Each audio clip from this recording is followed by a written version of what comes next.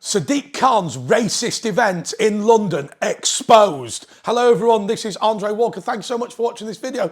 Please do subscribe and hit the bell notification icon because it's the best way to absolutely guarantee you get all of my videos as soon as they are released. Well, I will tell you that I am confident to call Sadiq Khan a racist. And I'll tell you why I call him that. Because he had a style guide for London City Hall and it said that under no circumstances should depictions of white families be put into anything to do with London and the government of London, or indeed transport for London and all the rest of it. He says white people no longer represent what London's all about. Well, okay, we're allowed black families, we're allowed Asian families, we're allowed Chinese families, we're allowed bloody Abyssinian families, but we aren't allowed white people. This is part, by the way, in my view, of an ethnic cleansing that's taking place in London, pushing people out of the capital into the home counties, places like this, Ascot, so that we can pay the taxes for London to continue to operate. But Sadiq Khan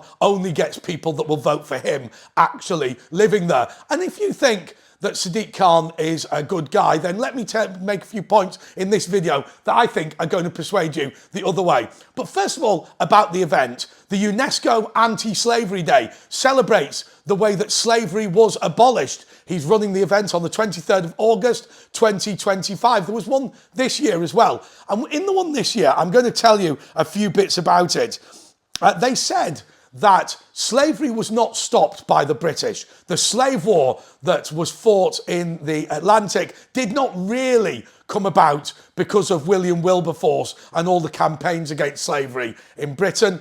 Instead, it was because there were fears of an uprising in the British colonies, which forced the British government to abolish the slave trade, and we were dragged kicking and screaming. And that's why we need to apologise and pay reparations for slavery. And every white person apparently now has a duty to compensate and apologise to every black person. Well, my family are Greek and Irish. They weren't even in the United Kingdom at the time of slavery. So why should I have it? Is this some sort of biblical original sin where everyone who has white skin is automatically expected to take the knee and venerate everybody who is black? I don't agree with that at all. You know something?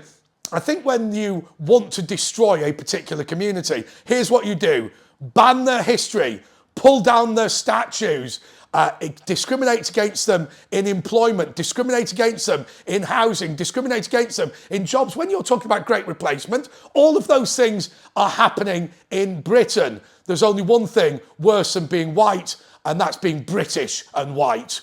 And I think that that is pretty despicable. Well, look, first of all, on the slave trade, there are more slaves now than ever before. If Britain should be apologising, we should be apologising for the fact that whilst the anti-slavery law was the first law ever passed in Britain that made something illegal across the world, we should be apologising that we never enforced that.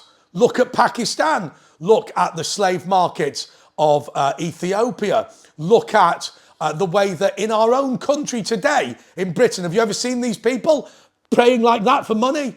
Romanian slaves. You go down to your local nail bar, Thai and Vietnamese slaves. Slavery is alive and well. But why doesn't Sadiq Khan want to admit that slavery still exists? Because he doesn't care about slaves, and neither do you lot. And I'll tell you why. You look in Bristol, somebody's filming, pulling down Edward Colston's statue on a phone made by a 9-year-old in China. You don't care about slavery. What you care about is demonstrating your moral superiority, that thank God you're not a white person. Thank God you're not as evil as them. And that's what this is all about. Nobody is allowed to admit that black people were involved in the slave trade. Nobody is allowed to admit that slavery is still rife in Africa. Nobody is allowed to admit that the only countries in the world where there is no slavery or very little are countries that are westernized. We aren't allowed to admit that, and we've got all these usual suspects all on the taxpayers' dime, all kicking off at this event. So if you want to enjoy some vintage racism, go to, on the 23rd of August 2025, to Sadiq Khan's event about slavery, where, you know, you'll be told that you are an evil, bad person just because of the colour of your skin, and to apologise for the actions of Richard Drax's great-grandfather 200 years ago. Absolute nonsense. But let me ask you, about whether Sadiq Khan is a good person, because I think we should live more in today, shouldn't we? Well, Al-Qaeda and the Islamic State ran slavery markets. Both of them are morally bankrupt organisations. What does that have to do with Sadiq Khan? You're going to go, don't be racist just because he's of Pakistani descent. Sadiq Khan has a good relationship with a man called Babar Ahmed. Sadiq Khan's website originally said that Babar Ahmed was his cousin. He then said he was his best friend from school. He then said that he knew him vaguely. And then he said he'd never met him at all. Right. All four of those were the same page on Sadiq Khan's website. The relationship got more and more distant. Why does Sadiq Khan originally say that Babar Ahmed's his best mate, his cousin, and then he says he'd never met him?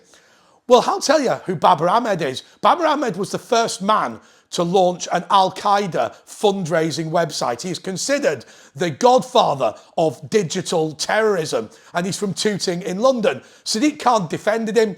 Babar Ahmed was eventually extradited to the United States of America, where he pled guilty to terrorism. He freely admitted that he was guilty of it. Now, I would love Sadiq Khan to tell me, was he Babar Ahmed's best friend at school? Is he his cousin? Is he somebody that he'd only met briefly, or has he never met him at all? But of course, the other thing that Sadiq Khan says is that the first time he met Babar Ahmed was in prison. And he said, it's because I was his local member of parliament. Incorrect. Sadiq Khan visited Babar Ahmed 3 times in prison, in Belmarsh, twice before he was a member of parliament. MI5 bugged those meetings and officially were supposed to say it's because we wanted to know what Babar Ahmed was saying. I don't think really MI5 was particularly worried about Babar Ahmed because they knew he was a terrorist already. I think they wanted to know why Sadiq Khan was meeting one of the most senior operatives for Al-Qaeda in the world in his prison cell in London when he had no reason to meet him at all. Question mark.